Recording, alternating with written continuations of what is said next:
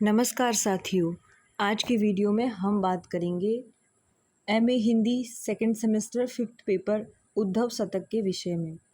इस वीडियो में हम उद्धव शतक की व्याख्या करेंगे। 19वें छंद से लेकर 21वें छंद तक हम इसकी व्याख्या करेंगे। ये वीडियो आपके लिए बहुत ज़्यादा उपयोगी होने वाला है, आप इसे अंत तक ज़रूर देखिएगा। परीक्षा के दृष्टिकोण से महत्वपूर्ण व्याख्या के साथ साथ जो भी विशेष तथ्य होंगे वह भी मैं इसमें स्पष्ट करूंगी। तो अगर आप लोग चैनल पर नए हैं तो इसे सब्सक्राइब करना ना भूलिएगा, ताकि मेरे आने वाले हर नई वीडियो का नोटिफिकेशन आप तक पहुंच सके। तो आइए शुरू करते हैं आज का वीडियो।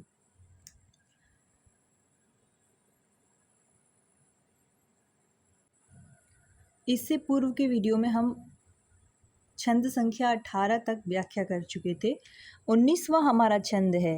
नेम व्रत सजम के पिंजरे परे को जब, लाज कुल कानी प्रतिबंधई निवारी चुकी, कौन गुण गौरव को लंगर लगावे जब, सुधि बुधि ही को भार टेक करी टारी चुकी, जोग रत्नाकर में सांस घुटी बूढ़े कौन, उद्धव हम सूधो यह बानक विचार ही चुकी, मुक्ति मुक्तता को मोल माल ही कहाँ है जब, मोहन ललापे मन मानिक ही वार चुकी।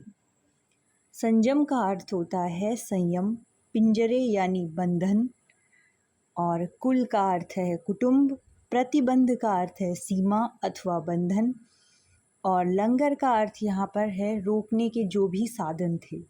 टेक का अर्थ होता है प्रण, घुटी का अर्थ रोक कर, और बानक का अर्थ होता है व्यापार का सस्ता तरीका अथवा सस्ता ढंग, और मानिक का अर्थ है मणि, जो मणि होती है। तो प्रस्तुत छंद जो है, इसमें कवि रत्नाकर के शब्दों में गोपियों का कहना है कि हम सभी तो कृष्णार्पण हो चुकी हैं, यानी कृष्ण के प्रति पूर्ण रूप से अर्पित हो चुकी हैं। अतएव अब हम मुक्ति लेकर भी क्या करेंगी? हमें मुक्ति की आवश्यकता ही महसूस नहीं होती है, हमें मुक्ति की अब कोई ललक शेष नहीं बची है। नियम और व्रत के बंधन में कौन पड़े? गोपियाँ कहती हैं कि नियम और व्रत के बंधन में कौन पड़े? हमने तो सभी जातीय और सामाजिक बंधनों को ही तोड़कर फेंक दिया है।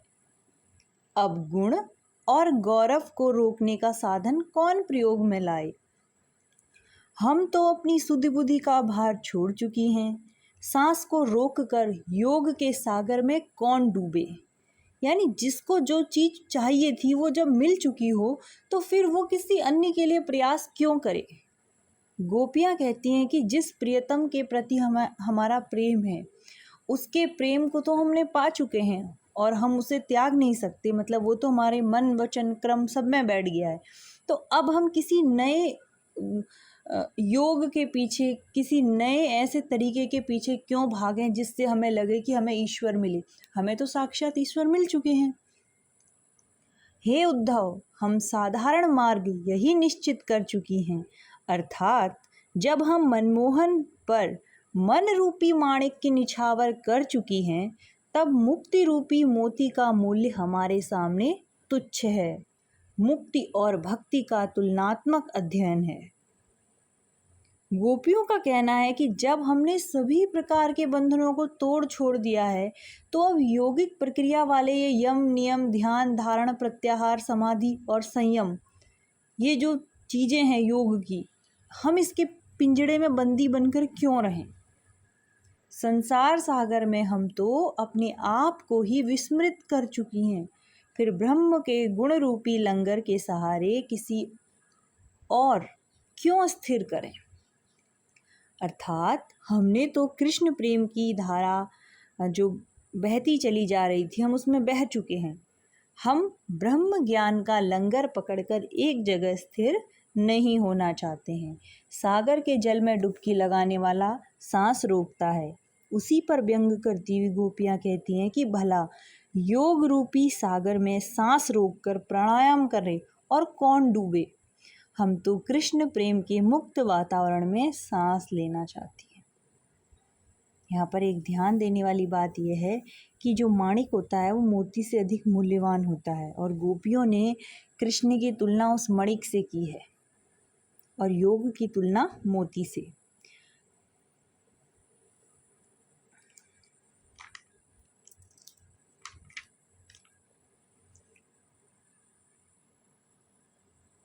अब हम हैं 20वें छंद में।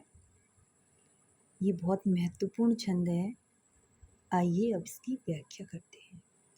हम परतच्छ में प्रमाण अनुमाने नाही, प्रत्यक्ष यानी प्रत्यक्ष। तुम भ्रम भौर में भले ही बहिबो करो, कहे रत्नाकर गुम्बिद ध्यान धारे हम। तुम मन मानो संसा सिंह गहिबे करो, देखती सो मानती है, सूधो न्याव जानती है। ऊधो तुम देखी हूँ, अनदेख रहिबो करो। लखि ब्रज भूप कान्ह अलख अरूप ब्रह्म, हम न कहेंगी तुम लाख कहिबो करो। प्रत्यक्ष का अर्थ होता है प्रत्यक्ष और प्रमाण का अर्थ होता है प्रमाण।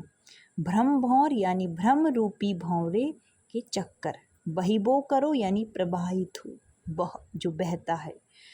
ससा सिंह यानी शशक जो होता है, खरगोश होता है, यहाँ पे सशा है, ससा सिंह यानी खरगोश के सिंग। निराधार बात, क्योंकि खरगोश के सिंग नहीं होते हैं। फिर है गहिबो यानी पकड़ो, मानती यानी मानती। इस छंद के रचयिता जो हैं रत्नाकर दास जी हैं, ये तो आपको पता ही है, जगन्नाथ दास रत्नाकर जी हैं।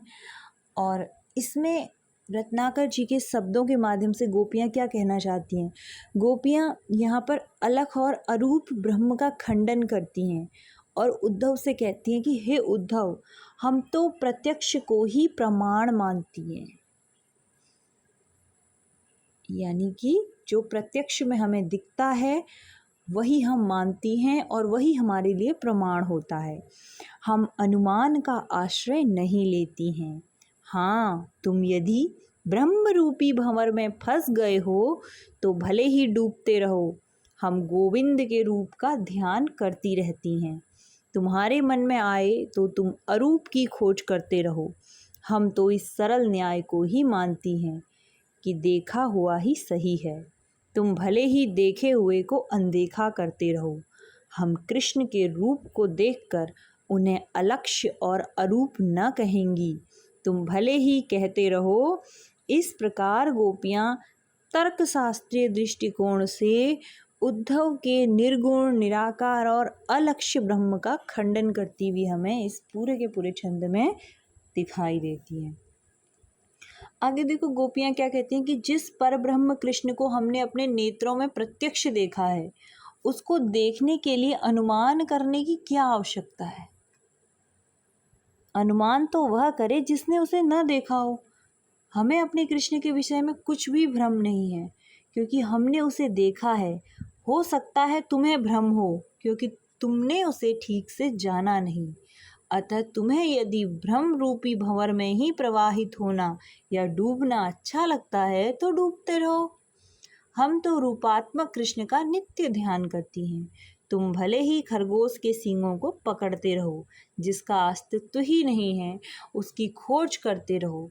हमने तो जिस ब्रह्म को अपने नेत्रों से देखा है उसी को मानती हैं। तुम भले ही साक्षात कृष्ण को अनदेखा करो, पर हम उस ब्रजाधिपति यानी श्री कृष्ण को देखकर उसे अलख और अरूप मानने को तैयार नहीं। तुम भले ही लाख बार अलक्ष्य करके यह बात कहते रहो। यहाँ पर ससा सिंह में अनुप्रास अलंकार है। भ्रम भौर परतच्छ प्रमाण, इसमें भी अनुप्रास अलंकार है। भ्रम भौर में रूपक अलंकार है। मानती जानती में ध्वनि स्वाम्य है और घनाक्षरी छंद में है ये पूरा का पूरा कवित्व। भाषा जो है यहाँ पे वही सिंपल सी बात है, जगन्नाथ दास रत्नाकर जी की भाषा ब्रज भाषा है। ठीक, आज के वीडियो के अंतिम छंद की अब हम व्याख्या करते हैं। अगर आपको मेरी वीडियो पसंद आते हैं तो आप इन्हें लाइक कीजिएगा। इससे क्या होता है कि मनोबल बढ़ता है और अगर आपको ये उपयोगी लगते हैं अपने साथियों के लिए भी तो प्लीज़ इन्हें शेयर कीजिएगा। रंग रूप रहित लखात सबही हैं हमें, वैसा एक और ध्याई धीर धरी हैं कहाँ। कहे रत्नाकर जरी है बिरहानल में, और अब ज्योति को जगाई जरी है कहाँ। राखो धरी ऊधो ऊते अलख अरूप ब्रह्म, तासो काज कठिन हमारे सरिहे कहाँ। एक ही अनंग साधि साध सब पूरी अब, और अंग रहित आराधि करिहे कहाँ। साध का अर्थ होता है इच्छाएं या जो कामनाएं होती हैं हमारी मनोकामनाएं, और अंग रहित यानी बिना शरीर का यानी निराकार ब्रह्म। इस छंद में कविवर रत्नाकर के शब्दों में गोपियां जो हैं निर्गुण निराकार अरूप अनंग ब्रह्म की साधना की व्यर्थता को बताती हैं और उद्धव से कहती हैं कि हे उद्धव, जिस ब्रह्म का कोई रूप नहीं रंग नहीं, उस ब्रह्म का ध्यान लगाकर हम क्या करेंगी। वह हमारे लिए रूप की उपासना करने वालों, सगुण मार्गियों, साकार उपासना करने वालों के लिए व्यर्थ है। हम तो कृष्ण के वियोग में दुखी होने के कारण सभी ब्रजवासी रूप रहित दिखलाई पड़ते हैं। कृष्ण के वियोग में गोपियों को संपूर्ण लोक उदास और क्रांतिहीन दिखाई पड़ता है। अतः वैसे ही रूप रंग रहित ब्रह्म का ध्यान लगाकर हम क्या करेंगी। ऐसा करने से तो दुख और बढ़ जाएगा। हम धैर्य भला किस प्रकार धारण करेंगी। हे उद्धव, हम विरह की अग्नि में जल रही हैं और प्रेम पूर्ति कृष्ण की विरहाग्नि में जली हुई गोपियों के लिए ब्रह्म ज्योति जो है वो व्यर्थ है। हम तो प्रेम वर्षा की आकांक्षिणी हैं। उद्धव जली हुई गोपियों को और जलाते हैं। अतः गोपियां झल्ला कर कहती हैं कि हे उद्धव, तुम अपने अलक्ष्य और निराकार ब्रह्म को उधर कहीं दूर ले जाकर पटक दो। हमें उसकी कोई आवश्यकता नहीं है। उस निराकार ब्रह्म से हमारा कोई काम नहीं निकल सकता। हम एक ही अनंग अर्थात अंग रहित कामदेव की काम भावना से साधना करके अपनी संपूर्ण इच्छाओं को तृप्त कर चुकी हैं।